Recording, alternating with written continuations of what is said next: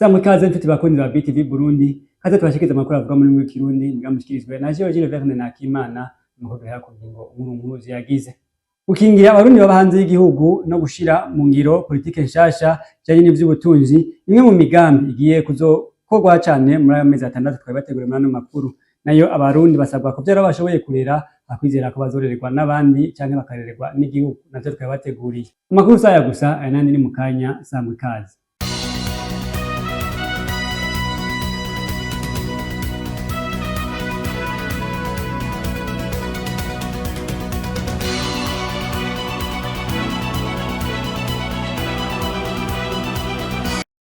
Ndasubiye kubaramutsa nongera ndabaha n'ikaze kuko nimeje kubashikiriza mu ngingo nkuru zano makuru ubushikiranganji bujeje imigenderanire y'Uburundi n'andi makungu bugiye gukurikirana cane abarundi baba mu bindi bihugu ndetse kandi bazoshira imbere politike nshasha ijanye n'ivy'ubutunzi. Eric Nibaruta yabiduteguriye. Gukingira abarundi baba hanze y'igihugu no gushira mu ngiro politike nshasha ijanye n'ubutunzi ni imwe mu migambi igiye kurangurwa n'ubushikiranganji bw'imigenderanire n'andi makungu muri aya mezi 6 bivugwa na Albert Shingiro umushikiranganje w'imigenderanire n'andi makungu mu gihe yari kwashikiriza ivyaranguwe n'ubwo bushikiranganji hari kuri uyu wa mbere igenekerezo ya 3 Ruhuma mwaka wa 2025. Inkingi ya mbere niyo guhamagarira abanyamitahe bakava amahanga kugira bazane imitahe yabo ayi Burundi. Inkingi ya kabiri niyo guhanahana ibidandazwa hagati y'ibihugu n'igihugu cacu. Inkingi ya gatatu niyo guhanahana ubukerebutsi mu bijanye n'ivyo twokwita mu Gifaransa transfert de technologie. Iyindi ya kane niyo guhimiriza barukera rugendo kuza ku bwinshi ahiwacu Burundi. Murazi ko iyo baje ahiwacu Burundi bahasiga ya mahera kava amahanga akadusahiriza mu bikorwa vy'iterambere. Inkingi ya gatanu niyo kurondera gwizatunga bakava amahanga kugira dukorane mu kubaka inyubako za rutura zikenerwa cyane mu iterambere, hano uvuga nk'ibibuga vy'indege, ibivuko, amabarabara manini, ibarabara ry'indarayi, amabara yagutse kandi meza. Ubwa kabiri tuzobandanya gukingira inyungu intérêt z'u Burundi n'abarundi mu makungu tubicishije mu buserukizi bwacu mu mahanga no mu manama tuza turajamwo. Ubwa gatatu tuzobandanya gukingira ubwigenge n'imico kama yacu twarazwe n'abasokuru kugira ntituvogerwe. Bibaye ngombwa nabivuze dushoboye gushira umurongo utukura ntarengwa kugira ntitwinjiranwe tutarazitira. Ubwa kane tuzoguma dukora uko dushoboye kose kugira isura y'igihugu y'u Burundi bwacu mu makungu igenda iba neza gusumba, ni nayo nayivuze mu kanya ituma igihugu cyacu cy'u Burundi kiba nyabagenda. Ubwa gatanu tuzobandana kwifatanya n'ibindi bihugu n'amashirahamwe mpuzamakungu mu gutorera inyishu ibibazo bihanze isi na cyane cyane ibibazo bijanye n'amahoro n'umutekano ku isi tutibagiye no mu karere. Ubwa gatandatu tuzobandanya gukoresha ubwenge n'ubukerebutsi buva ku Mana kugira ngo Uburundi bugume butogwa amashirahamwe mpuzamakungu yo mu karere nayo mu karere mbere n'abarundi bagume bizegwa muri ayo mashirahamwe. Ubwindwi tuzobandanya twubaka canke dusanura inyubakwa z'ubuserukizi bw'u Burundi mu mahanga kugira tugire inyubakwa zacu bwite atagupanga maze tugire iwacu twubaka. Ubw'umunani tuzobandanya turonderera ugwaruka rw'u Burundi impusha zo kwiga hanze ibyo twita bourse d'études hamwe n'ingendo shuri ku bakozi kugira ngo bashobore kuja gukarisha ubwenge hanze baronka ubumenyi n'ubukerebutsi mu bisata binyuranye dukeneye mu kazi ka misi yose hamwe no mu ishigwa mu ngiro y'imbona kazoza yacu y'u Burundi. Ubw'icenda aribwo bwa nyuma tuzobandanya kuronderera ugwaruka rwacu ibihugu goja kwisumamwo ariko bakagenda bakingiwe biciye mu masezerano n'ibihugu bikeneye abakozi. Mwomenya ko mu byo bari bihaye kurangura muri aya mezi 6 aheze vyakoretse ku bice 97 kwijana. Arashitwe iminyanyuro y'itegeko rigenga ikoreshwa ry'amafaranga adasobanutse mu ntumbero yo gukingira umutekano w'ayo mahera ndetse no gukingira ubutunzi bw'igihugu. Bikazashikirijwe n'umushikiranganje ajeje ikigega ca leta Nestor Ntawunuye. Elvis Munyaneza yabiduteguriye. gusubiramwo ingingo ihana ihanahana ry'amafaranga adatangwa mu minwe kandi atabikwa ku mpapuro cryptomone mu rurimi rw'igifaransa ni imwe mu mpinyanyuro zije guha inguvu amategeko yarahasanzwe mu ntumbero yo gukingira ubutunzi bw'igihugu, bishikirizwa na Nestor Ntantuye, umushikiranganji w'ikigega ca leta. Bije rero kwiyongera muri rino bwirizwa rihari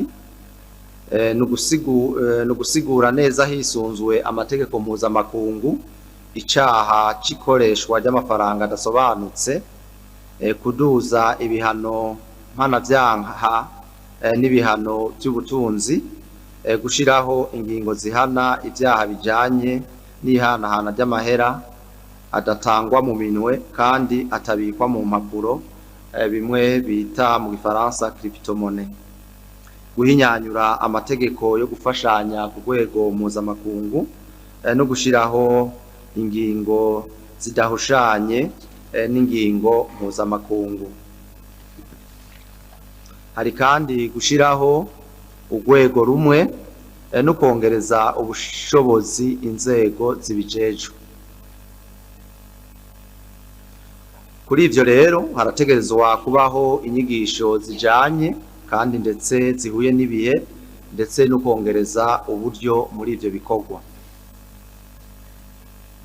Harabaye kandi n'ihinyanyurwa z'ingingo zimwe zimwe zisanzwe ziri mu ibwirizwa ryari risanzwe rihari, aho ni nko gushira ku gihe urutonde rwoza ruragenzurwa rw'abantu novuga baba biketswe kuri ivyo vyaha, gushiraho uburyo bwo kugenzura no kumenya urutonde rw'abo bantu canke ndetse n'amashirahamwe abikora, guhimiriza ko haba umuco mu bikorwa vy'amashirahamwe, guhanahana icaha ndetse no gusubiza ivyibwe hamwe no kongereza umurindi wo gucungera ibisata vy'ubutunzi bigeramiwe n'ivyaha vy'ubutunzi, hamwe no guhimiriza gushiraho amategeko ahana ivyo vyaha muri ivyo bisata. Ivyo bikaba vyashikirijwe kw'igenekerezo rya 3 Ruhuma, aho umushikiranganji w'ikigega ca leta yari umutumire mu nama nshingamateka mu bikorwa vyo guhindura ibwirizwa ryo kuwa 4 Ruhuma umwaka w'2008 rigenga kugwanya ikoreshwa ry'amafaranga adasobanutse hamwe no kuyakoresha mu guterera ibikorwa vy'iterabwoba. Abarundi basabwa kuvyara bashoboye kurera, hakwizera ko abandi bazobarerera cyangwa ko igihugu gishobora kubarerera. Ivyo bikaba vyashikirijwe n'userukira ishyirahamwe FINWAP mu Burundi, Jidikael Erije, mu kiganiro yahaye abanditsi n'abamenyesha makuru. Valentin Ntakirutimana niwe yaduteguriye iyo nkuru. Abajijwe ku ruhara ishyirahamwe arongoye rifise mu bijanye no gushigikira Uburundi guhimiriza bene gihugu kuvyara abo bashoboye kurera, umuserukizi w'ishyirahamwe FINWAP mu Burundi, Jidikael Erije, aragira ico ashikiriza. Il faut des politiques fortes. Et ces politiques ne doivent pas passer par la limitation forcément des naissances, doivent passer par la prise de conscience sur les enjeux de développement qu'on a. Une famille aujourd'hui qui n'est pas capable de manger à sa faim, n'est pas capable d'avoir 3 repas. Bisaba ko haba intunganye ikomeye mu ngo, ariko idashingiye ku bijanye no kugabanya imvyaro gusa, ahubwo kandi ishingiye ku kuntu bifatira ingingo bakaraba iterambere bagezeko. Nk'umuryango udashobora kuronka ico bafungura gikwiye canke ngo bashobore gufungura 3 ku munsi, ariko ugasanga afise abana 15, nubwo hoba hariho urukundo hagati yabo ntibashobora kuba mu buzima bumwe n'umuryango ufise abana 2 canke 3. Haruhande rero yo kwitanga kwacu, umwe wese ategerezwa gutahura ko atavyara umwana ngo aje kwirirwa arayerera mu mabarabara canke mu biro vy'igihugu asegerereza, ahubwo ategerezwa kuvyara abashoboye kurera kugira ngo abategurire kazoza keza, bakagira n'ubuzima bwiza, akamenya ko umwana amuvyara ubuzima bwiza, akamuvyarira ku bitaro atangaruka bimuteye ngo umwana ahasiga ubuzima. Nk'umumama akamenya ati inyuma yo kuvyara umwana arashobora kuja kw'ishure, turashobora kugira uruhara n'umufasha wanje ku bijanye no kubaho k'umwana. Kubw'ivyo rero umwe wese ahamagariwe kumenya uruhara afise mu bijanye n'imigambi y'iterambere kuko n'igihugu mu mbono zaco 2040 n'2060 ni kuba umurundi wese ashoboye kwiha ishakeneye cose no guhangana n'ikibazo cose kimushikiye. La vision veut une population de qualité, une population qui se prend en main, une population qui a les moyens de pouvoir affronter les défis de demain et nous contribuons à cela à travers nos différents programmes. Mwomenya ko iryo shirahamwe ryari ryateguye uruganda ntumbero yo gushikiriza ibikorwa ryaranguye mu mwaka uheze wa 2024 n'ibikorwa bikuru bagiye kurangura muri uyu mwaka wa 2025. Umunsi mukuru w'Abarundi ufise vyinshi bigisha abarundi kuva utangure guhimbazwa. Bikaba bishikirizwa n'umuhinga mu bijanye n'akahise Eric Ndayisaba asanzwe n'umwigisha muri za kaminuza. Valentin Ntakirutimana niwe yabiduteguriye. Igenekerezo rya 5 ruhuma uko umwaka utashe mu Burundi harahimbazwa umunsi mukuru w'ubumwe bw'abarundi. Umuhinga mu vyakahise Dr. Eric Ndayisaba arasigura kahise ko uwo munsi mukuru. Umunsi mukuru w'ubumwe bw'abarundi buca duhimbaza itarike 5 kwezi kwa kabiri ku kiringo c'imyaka 35 waje kugira ngo utorere inyishu ku njyane z'abarundi zari zifatiye kuri politiki zifatiye kandi cyane ku moko, ivangura ry'amoko, abahutu n'abatutsi. Rero uwo munsi mukuru watanguye mu 1991 mu gihe Uburundi bwari kubugerageza kuva mu njyane intambara Uburundi bwari bwagiye gucamwo. Niho rero abatwara ico gihe na cyane umukuru w'igihugu Petero Buyoya yagira iciyumviro cy'ukuntu abarundi boja hamwe, na cyane murazi igihe habaye injyane zantega na marangara mu 1988 niho abarundi batari bake n'amakungu ari bavuga ati ibintu biriko biba mu Burundi haize imyaka myinshi abarundi bama mu ntambara bariko barajyana, mbega ni gute dotore gubuti. Niho hiyumvirwa nko kugira nko gushiraho leta yari ihuriyemwo ubwoko bwose cyo bise mu Gifaransa gouvernement d'unité nationale hamwe 1999. Hanyuma bariyumvira nuko hojaho harabaye amatora abarundi batora iby'ubumwe bw'abarundi kamarampaka twita referendum ushikaho bashiraho nivyo abarundi biyemeje mu Gifaransa charte de l'unité nationale ingene abarundi bonywana bakava mu bintu byo kwama bariko bajyana bapfa ubwoko.